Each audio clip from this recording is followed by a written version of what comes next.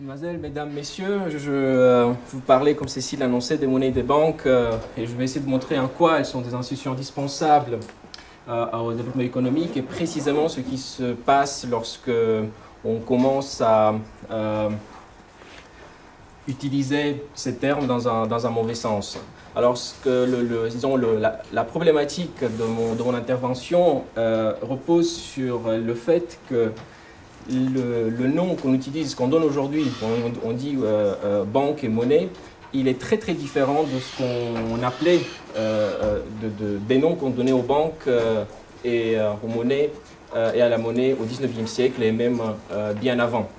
C'est une question linguistique, vous allez me dire, mais c'est bien plus que ça, parce que c'est précisément cette déliquescence de la monnaie et des banques qui nous permet de comprendre quelles sont les conséquences économiques engendrées de ce changement de sens pour aujourd'hui, que nous pouvons constater aujourd'hui. Imaginez un lac, et d'habitude on appelle ça une grande étendue d'eau. Puis imaginez que le lac assèche.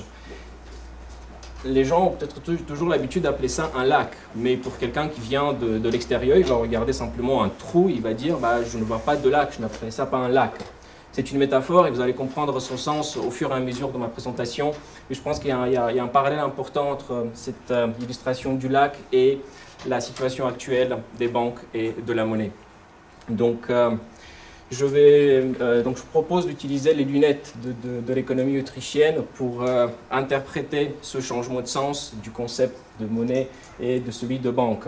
Le plan de mon intervention est extrêmement simple. Je vais d'abord vous montrer en quoi consistent les institutions bancaires, quel est le sens propre de la monnaie.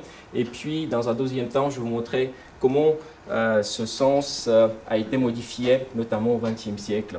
Et puis, je vais en tirer quelques conclusions, essentiellement des conclusions éthiques, en vous indiquant que les conséquences économiques, on va les discuter après cette présentation, pendant cette journée.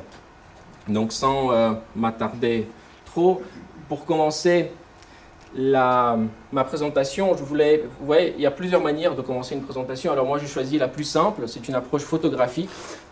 J'ai trouvé une photo sur Internet des banques, on voit très mal à cause de la lumière, mais concentrez-vous un peu. Donc c'est une approche photographique, c'est ça, hein, une banque, et ce qui est à l'intérieur d'une banque, c'est de la monnaie. Donc c'est assez clair, hein, vous avez compris, maintenant on peut partir à la maison, ou on peut passer à la prochaine séance. Mais non, précisément parce que ce n'est plus comme ça, et précisément parce que le terme des monnaies et des banques a changé, que nous devons parler plus.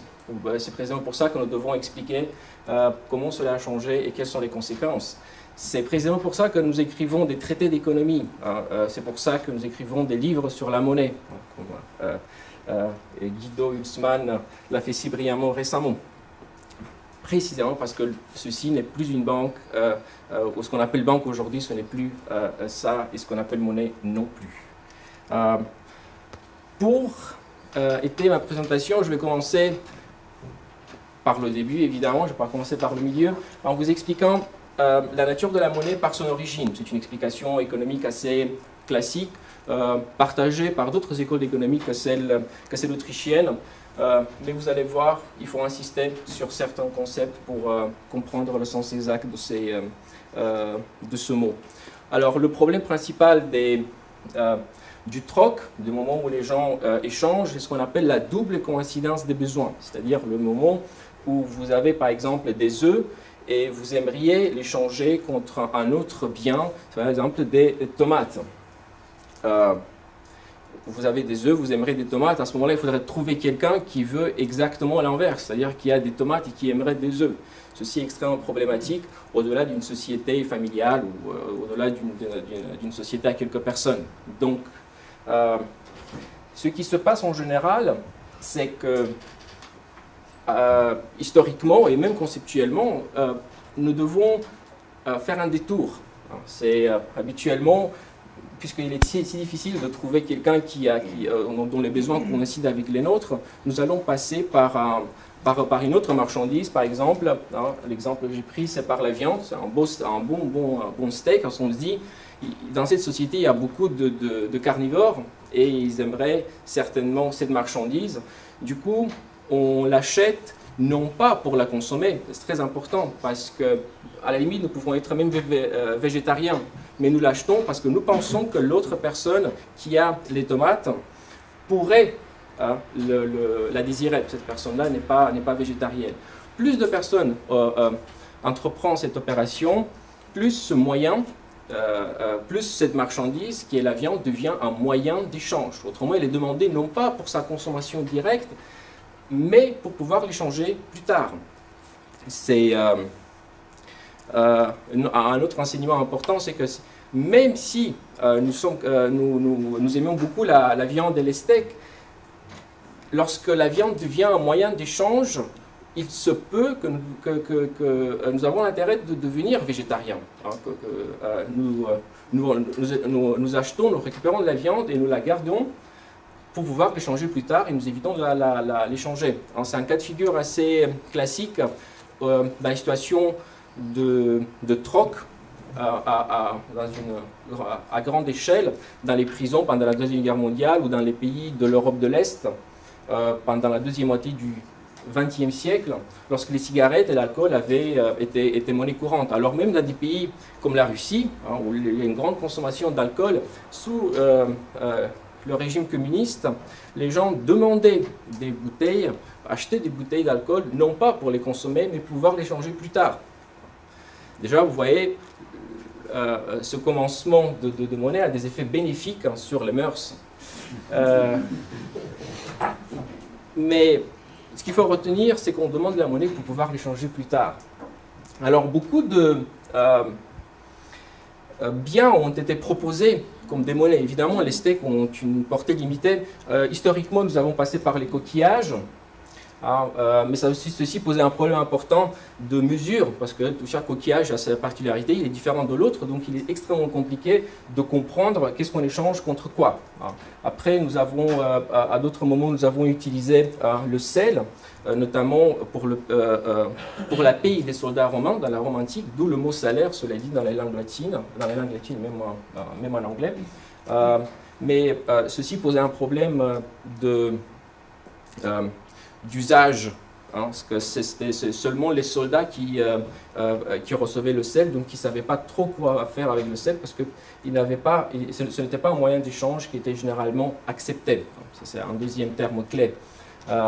Ensuite, vous avez le cacao dans l'Amérique du Nord. Le problème, c'était, vous voyez, le chocolat a cette fâcheuse habitude de fondre dans les poches. Donc, c'est très compliqué pour accumuler de capital avec un moyen d'échange qui est périssable. Donc, il nous faut quelque chose qui est plus durable que ça. Et c'est vers le 6e siècle avant Jésus-Christ, en Europe, à l'endroit où maintenant se trouve la Turquie, le royaume de Lydie, Crésus a cette idée de transformer l'or qui se trouvait dans le fleuve qui était à sa portée, le fleuve s'appelait Pactole, a eu cette idée de transformer l'or qui se trouve dans cette fleuve dans une monnaie, de la poinçonner. Vous pouvez voir le poinçon, un lion qui est en train de manger un buffle, et de garantir son poids, ce qui lui permettait, lui-même il était commerçant, il était dans les cosmétiques. Ça lui permettait de vendre sa marchandise et retourner uniquement avec des pièces de l'or, Ça simplifiait beaucoup l'échange, et l'or a ce mérite que les autres monnaies, les autres moyens d'échange ne l'ont pas. Il est facilement divisible, il est durable, et beaucoup plus important, c'est un moyen d'échange qui est généralement accepté. Donc à la base, c'est une monnaie marchandise, comme ça peut être la viande, comme ça peut être les œufs et n'importe quoi d'autre. C'est une marchandise, c'est un enseignement clé. Donc on a remplacé d'autres moyens d'échange qui étaient utilisés par l'or, et ceci est une opération historique qui s'est fait, comme je vous disais, vers le 6e siècle avant Jésus. Depuis l'or est devenu une monnaie à part entière parce qu'elle elle était acceptée par tout le monde en Europe, et puis même au moment des découvertes, cette monnaie s'est imposée dans d'autres contrées. Alors l'or, il a une histoire extrêmement sinueuse et compliquée que je vais vous épargner. Il a été beaucoup modifié, et sa nature a été beaucoup modifiée par les gouvernements lorsque ils ont eu le pouvoir de le faire. Juste deux petites remarques, puisque nous discutons de l'or comme monnaie marchandise. La première, c'est que lorsque nous avons l'or, et dans le monde, par exemple, du 19e siècle, l'or était une monnaie universelle. Aujourd'hui, nous avons introduit l'euro pour dire que nous avons besoin d'un moyen de change qui est accepté à l'échelle de l'Europe. Keynes, après la Deuxième Guerre mondiale, et les keynésiens aujourd'hui proposent une monnaie mondiale qui soit acceptée par tout le monde. Mais l'or était déjà une monnaie qui jouait ce rôle. Vous aviez à ce moment-là des livres sterling, vous avez à ce moment-là des dollars. Mais il est très important d'observer que les dollars et livres sterling, c'était simplement des noms de la même chose. Il se trouve que le dollar valait 1/20 de l'once d'or au 19e siècle, tandis que la livre sterling valait 1/4 à peu près de l'once d'or. Donc le rapport entre le dollar et la livre sterling est à peu près de 1,5. C'est comme aujourd'hui, nous avons le rapport, par exemple, entre cents et euros. 100 cents valent 1 euro. C'est exactement la même monnaie. C'est un enseignement principal. La deuxième observation que je voulais introduire, c'est ça concerne les prix. Donc ici, nous avons une monnaie, et un des avantages de cette monnaie, c'est que ça nous permet d'exprimer et les tomates et les œufs dans un seul prix, ou dans deux prix différents, le prix des œufs et le prix des tomates. Maintenant, beaucoup de gens s'arrêtent ici. Cependant, il faut faire le pas suivant et comprendre que l'or aussi, il a un prix. Donc dans ce petit schéma, où on passe du troc à l'échange indirect, de l'échange indirect à l'échange à l'aide d'une monnaie, nous avons trois prix. Le prix des œufs, le prix des tomates et le prix de l'or. Quel est le prix de l'or? Évidemment, la quantité des œufs et des tomates dans cet exemple que nous pouvons acheter avec. Et ceci m'amène à discuter un autre élément important qui est la qualité de la monnaie. Tout bien, toute marchandise a deux paramètres essentiels, qui est la quantité et la qualité. C'est notre façon de réfléchir. Alors pour ce qui est de la qualité, je vous disais que la monnaie est une marchandise, doit être conçue comme une marchandise, et comme toute marchandise, elle a des différentes qualités. Ouais. Une voiture va plus ou moins vite, elle se casse plus ou moins rapidement. Un ordinateur, il est plus ou moins efficace. Sur les chaises, sur les tables, les différentes chaises et tables, nous pouvons les utiliser plus ou moins bien. N'importe quel bien a différentes qualités. Et la monnaie aussi a des différentes qualités. Une meilleure monnaie, c'est évidemment une monnaie qui nous permet d'acheter plus de choses. Habituellement, on traduit ça par le pouvoir d'achat. Pour comprendre quelle est la qualité de la monnaie, il faut comprendre quel est son pouvoir d'achat. Qu'est-ce que nous pouvons faire avec? Qu'est-ce que nous pouvons acheter avec?